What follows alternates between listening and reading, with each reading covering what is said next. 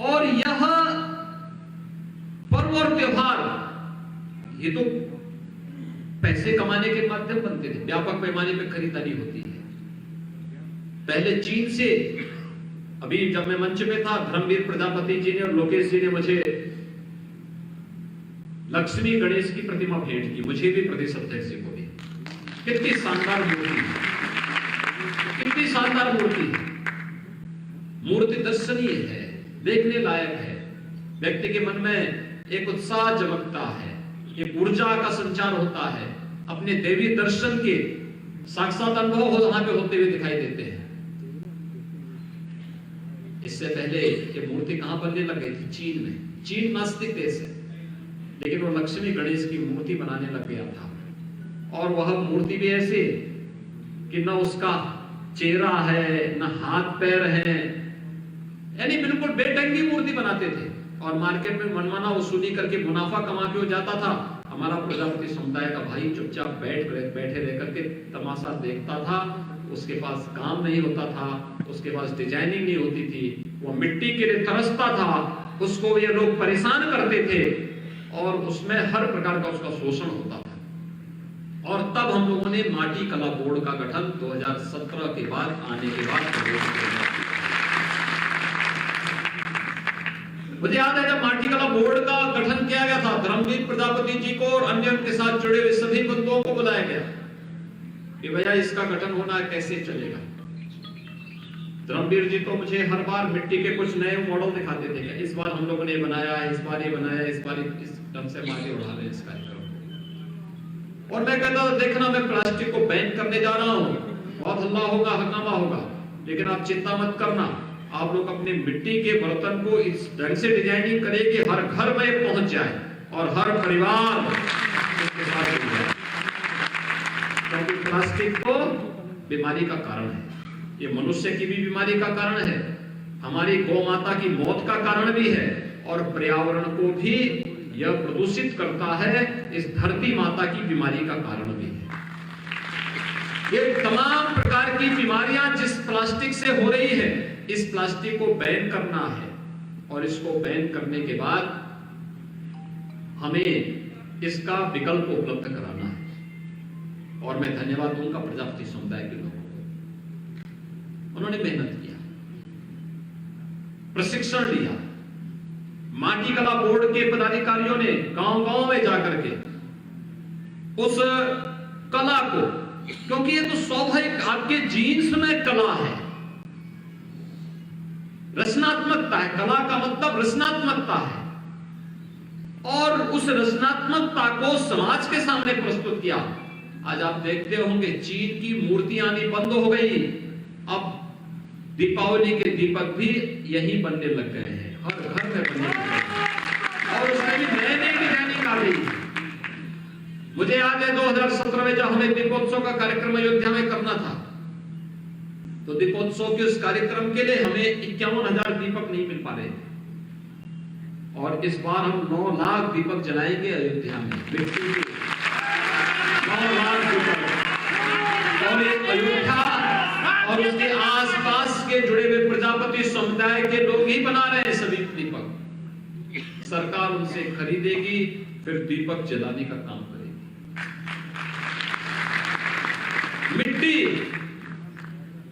पहले वर्ष दिक्कत हो रही थी, उससे पहले क्योंकि सरकारों ने तो सभी तालाब पोखरों पे कब्जा करवा दिया था। मुझे याद थी मेरे पास गोरखपुर के प्रजापति समुदाय से जुड़े हुए लोग आए थे एक बार, टेराकोटा का बहुत अच्छा काम करते हैं, उन्होंने मुझे बताया था एक बार कि गांव की मिट्टी जहां से लोग लेते थे, सपा सरकार ने उसका पट्टा किसी दूसरे को कर दिया है, अब वो मिट्टी नहीं निकालने देता है। मैंने तब प्रशासन से काफी मेरा विवाद हुआ था कि आखिर इनको मिट्टी क्यों नहीं मिलेगी, मिट्टी मिलनी चाहिए। और हमारी सरकारें, हमने कहा अप्रैल से जून तक फ्री में हर तालाब प्रजापति समुदाय के लिए फ्री में मिट्टी निकालने के लिए, और कोई रोक टोक नहीं है, मिट्टी को इकट्ठा करके रखें और उसमें जरूरत के हिसाब से बर्तन बनाएं।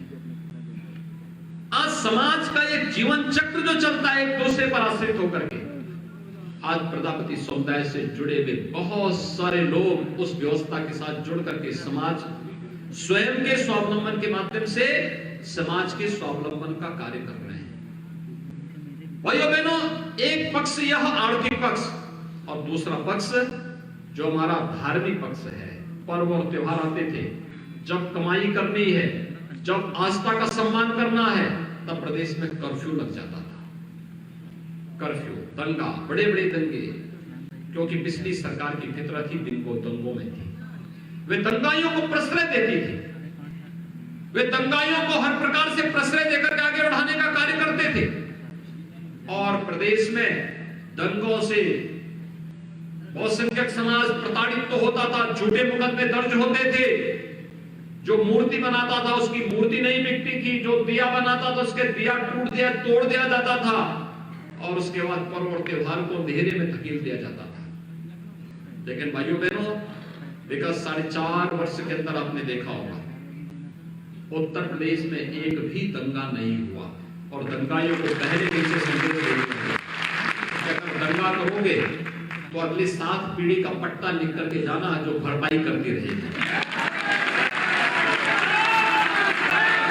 और भाइयों बहनों, दंगा नहीं हो सकता प्रदेश में। पर्व और त्योहार किस खुशी के साथ मनाए जा रहे हैं। कल ही आपने देखा होगा उत्तर प्रदेश के अंदर, मैंने पूछा भी कितनी जगह मूर्ति रखी जाती है, तो मेरे पास जो सरकारी डाटा आए थे वो आए थे 41,000 स्थानों पे। आप सोचिए, 41,000 मिट्टी की मूर्तियां रखी जाती है इतने स्थानों। ये तो रिकॉर्डेड है, और जो बिना रिकॉर्ड के इसकी संख्या कई ज्यादा है। मैंने कहा कहीं विवाद, कहा सब कहीं विवाद नहीं। मैंने कहा मूर्तियों का विसर्जन, कल शाम को मैं जब इसकी समीक्षा कर रहा था, मैंने कहा 41,000 में से कितनी मूर्ति निकल गई है, तो शाम को मुझे 6 बजे बताया गया कि 32,000 मूर्तियों का सकुशल अब तक विसर्जन हो चुका है। अब ये विसर्जन अभी 1 सप्ताह तक अलग अलग तिथियों में अलग अलग स्थानों में होता है, ये क्रम चलता रहेगा। आखिर ये 42,000 से अधिक जो मूर्तियां बनाई गई होंगी, ये भी तो किसी आप जैसे कलाकारों ने बनाई होंगी। कितने लोगों को रोजगार मिला होगा। और रोजगार उसी में नहीं, रोजगार दीपक भी जले होंगे, उसमें भी रोजगार मिला होगा। जिन लोगों ने सजावट की होगी, किसी ने कपड़ा, किसी ने वहां पर श्रृंगार के लिए सामग्री, किसी ने कुछ अन्य सामग्री, कितने लोगों को रोजगार मिला होगा। कलाकार जो आए होंगे, मूर्ति को आरती गाने के लिए भी, पूजा करने वाले को भी काम मिला होगा। वहां पर बिजली लगाने वाले को भी काम मिला होगा, पंडाल लगाने वाले को भी इसी बहाने काम मिल गया होगा।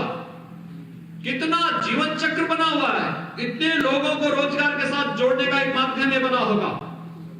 और ये रोजगार का माध्यम बनने के साथ साथ सकुशल पर्व और त्योहार किस तरीके से संपन्न हो रहे हैं, आपने अभी विजयादशमी को देखा होगा। हमसे जुड़े रहने के लिए हमारे YouTube चैनल को सब्सक्राइब करें और नई वीडियो की नोटिफिकेशन के लिए बेल आइकॉन को दबाएं। अगर आप ये वीडियो Facebook पर देख रहे हैं तो लाइक जरूर करें और ज्यादा से ज्यादा शेयर करें। धन्यवाद।